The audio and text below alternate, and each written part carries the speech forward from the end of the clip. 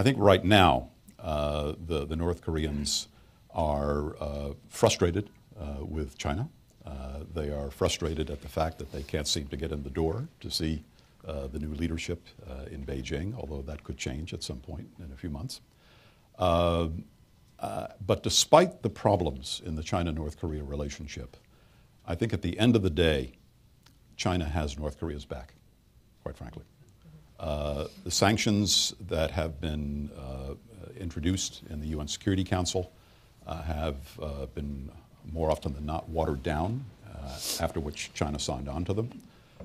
Numerous reports that a lot of the materials that we are trying to keep out of North Korea are getting into North Korea. How are they getting into North Korea? Well, I think you can draw the appropriate conclusions.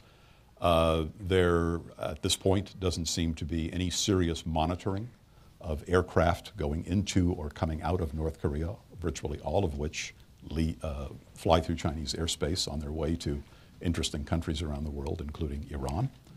And heaven knows what's on these military aircraft that fly back and forth.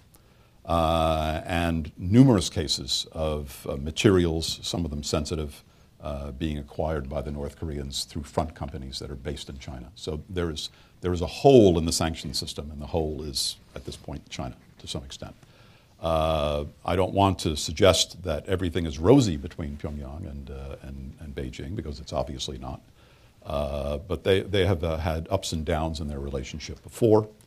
But at the end of the day, if there's a vote in the United Nations, for example, on a human rights issue, I think it's more likely than not that China and or Russia will prevent the UN Security Council from taking action on human rights.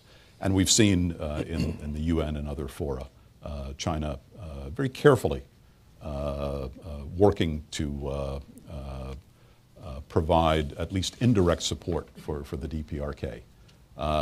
And let's also keep in mind that China's nightmare on the Korean Peninsula is not a nuclear-armed North Korea. China's nightmare is an unstable or a collapsing North Korea. That's the great nightmare for China. And so from the Chinese perspective, preventing that from happening is at least as important, and perhaps more important, than putting the appropriate amount of pressure on North Korea to convince the North Koreans to denuclearize. I think people hope for something called a soft landing in Korea, which is a slow period, long-term reform in the North, sort of gradual integration and eventual unification process. I think that's what people hope for. I don't think that's going to happen.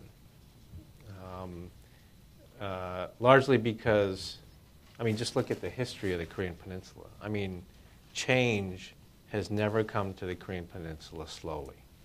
It's always been dramatic change, whether you're talking about war, democratization, colonization, liberation. It's always been dramatic change. And, you know, history doesn't repeat itself, but it often rhymes. And in this sense, it's hard for me to imagine that this sort of change coming to the Korean Peninsula is going to come gradually. It's going to come suddenly.